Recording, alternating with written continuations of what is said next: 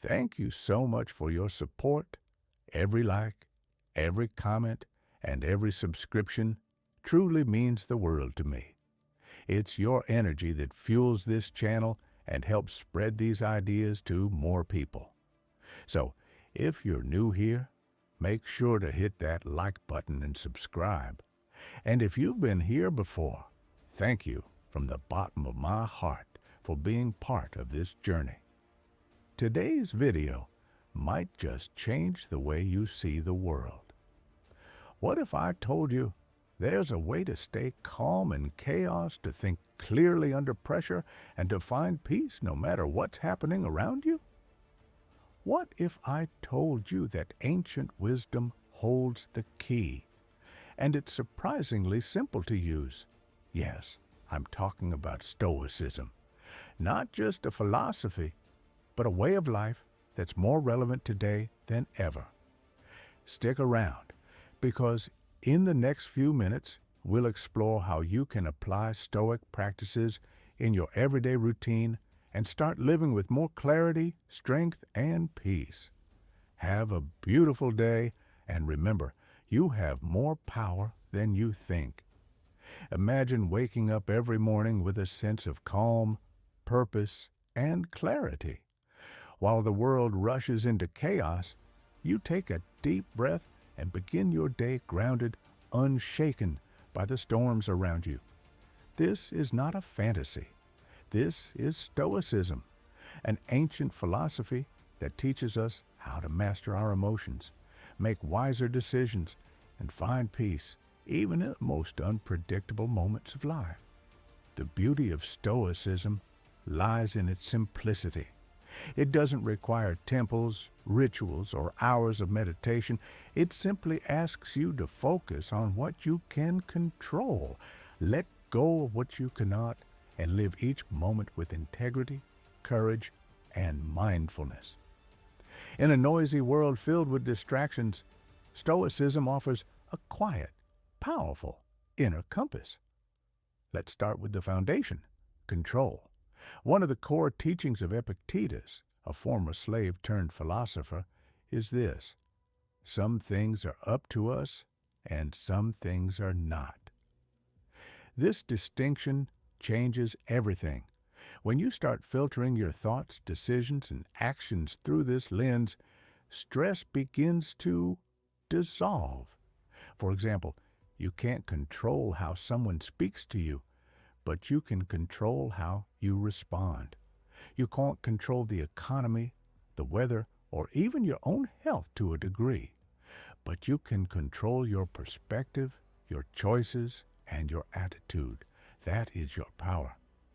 Take Marcus Aurelius, the Roman emperor who ruled one of the greatest empires in history. Amid war, betrayal, and constant pressure, he wrote in his personal journal, later published as Meditations, "You have power over your mind, not outside events. Realize this, and you will find strength." In your daily life, this might mean pausing before reacting when someone cuts you off in traffic. It might mean accepting a delay without frustration or choosing to listen instead of argue. These are small, simple actions, yet profoundly Stoic. The next Stoic principle is living according to nature. This doesn't mean going back to the forest. It means aligning your actions with reason, virtue, and the reality of how things are. Stoics believe that humans are rational beings. Therefore, to live well is to live wisely. Let's say you're working on a creative project and you hit a wall. Instead of giving up or getting angry, ask yourself, what is the rational, virtuous response here? Maybe it's to take a break, ask for help, or revisit your purpose. The Stoic path isn't passive. It's active, intentional, and deeply human. Another vital practice is the Stoic morning reflection. Every day, Marcus Aurelius reminded himself, "Today, I will meet people who are selfish, arrogant, deceitful." This wasn't pessimism, it was preparation. He didn't wake up expecting the world to be perfect. He expected reality. And in doing so, he could greet every challenge with calm and grace. Imagine starting your own day like this, not hoping for ease, but preparing for tests, not dreading hardship, but meeting it like a warrior. This practice transforms your mindset from victimhood to power. It anchors you in strength before the day even begins. One of the most powerful Stoic tools is premeditatio malorum, the premeditation of adversity. This means imagining what could go wrong in order to prepare your mind. It might sound negative, but it actually builds resilience. Before an important meeting, visualize it going poorly. Think, what would I do if that happens? How would I keep my composure? By preparing mentally, you reduce anxiety and increase clarity. You become emotionally bulletproof, not because life won't hit you, but because you've trained your mind to stay steady. Another core idea is amor fati, the love of fate. Stoics didn't just accept what happened, they embraced it. They believed that everything, even the painful parts, is part of a larger order. To love fate is to see every moment as necessary and potentially meaningful. This doesn't mean you enjoy suffering. It means you trust that what happens can serve your growth. If you lose a job, a Stoic asks, what can I learn from this? How can I emerge stronger? How can this redirect my life in a better way? Let's apply this to relationships. People will disappoint you. Friends may lie. Partners may leave. Family may fail you. But a Stoic doesn't build their peace on the actions of others. They love fully, but without clinging. They forgive without forgetting who they are. They care, but without becoming slaves to emotions they cannot control. Take Seneca, the wealthy Roman statesman. He once said, "He who is brave is free." True freedom isn't the ability to do whatever you want.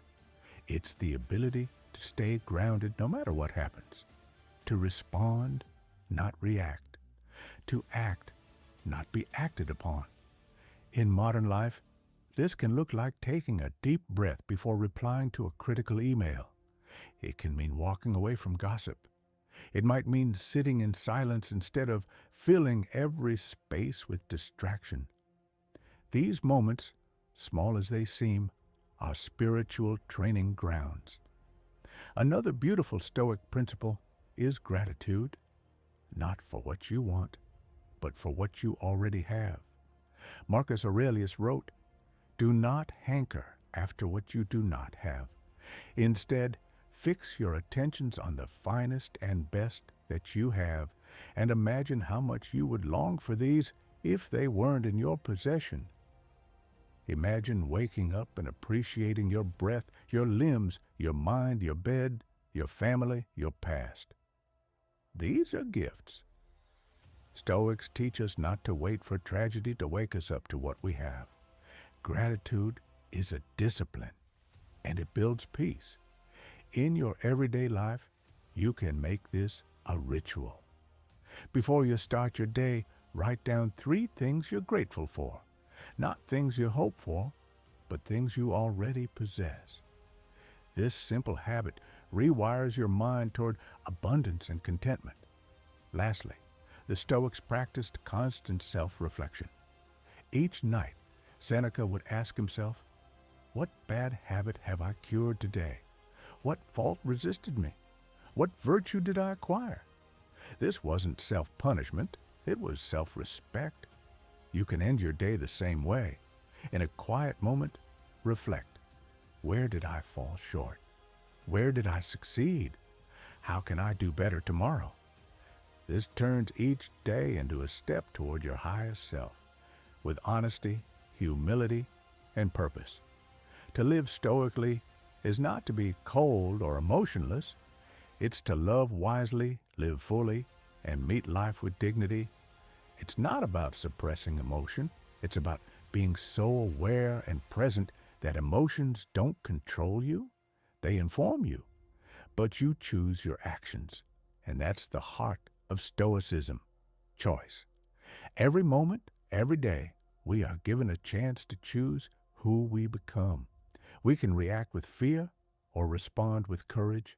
We can complain or create. We can resist or accept and grow. The path of the Stoic is not easy, but it is beautiful. It invites you to become the master of your inner world so that no outer world can break you. It calls you to rise again and again with strength, serenity, and wisdom. If you've made it this far, thank you. Truly. I hope this journey into Stoic wisdom gave you something to think about, something to feel, and something to act on. If it did, let me know in the comments. What part resonated with you most? What will you start applying today? And hey, let's set a little Stoic challenge.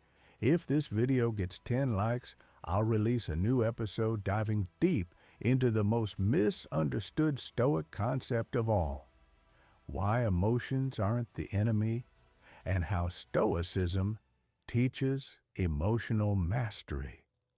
You won't want to miss that. So don't forget to like, comment, and subscribe. Your support means more than you know, and it helps this community of thoughtful, curious minds keep growing. Until next time, stay grounded, stay strong, and remember, you are the master of your mind.